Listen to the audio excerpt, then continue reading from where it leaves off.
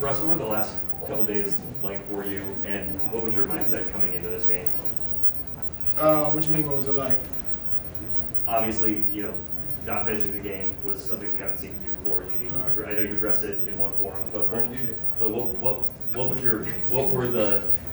what was your initial reaction, and how did you spend the next couple of days before you came into this game? Well, I think you know my reaction. You read it. I said I was upset about it. More upset that we didn't win the game. That's the most important part. And after that, like I said, I've been here, been doing my job since day one, and doing everything that's been asked of me since I got here. And I'll continue to do that for the betterment of the team and doing what's best, for us, and finding ways to implement how I can make an impact on this team. Russ, how's the communication go with Frank since Indiana? I think the communication is fine. Like I said, Frank made a decision that he felt was best. My job as a player and a professional is to do my job, continue to find ways to be able to help, impact winning, and that's all I was thinking about and turning the page to do, and that's what I try to do tonight. Mike? Russ, was there anything in tonight's game that you locked in on, and especially in the second half when you guys turned around and you're down 8 at the start? What was the focus there? Just getting in the paint and finding ways to be able to make an impact by doing that. Constantly putting pressure on defense, which is something I'm good at, which I think I can make an impact with this team and find ways to give guys easy shots. And then how about defensively, just with it seemed like you switched to a more switching scheme, and wondered what. Yeah, I think based on their matchup, we decided to switch a little bit 1 through 5, and it was good for us and it worked for us. Did a good job of helping each other out, throughout the game. Russ, starting with the loss in Denver on Saturday, it's been a kind of a roller coaster week in a lot of different ways for this team. What's it been like kind of experiencing these quick highs and lows with this group? Has it given you any more confidence in your ability to kind of to weather this adversity?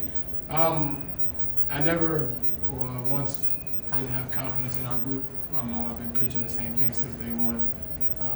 And I'll continue to preach is that it's a process, man. It's a process. I know every week we may win a game, we may lose a game, and that happens, man. And we're still trying to figure it out. We're still trying to find ways, the best way to play with our group and getting guys healthy. Hopefully we get AD back soon and find ways to better now implement, coming back and making sure that we can find a rhythm as a group. I know you've said to us it's a process a bunch of different times. Maybe you did, but I can't imagine you expected this type of week would be a part of that process at this stage of the season. I don't know what to expect. I'm thankful to wake up every morning. That's all I can. If I wake up, I'm blessed to be able to do that, and then I'll take the day, take what happens at that day, as that comes. Dave, quick follow-up? Yeah.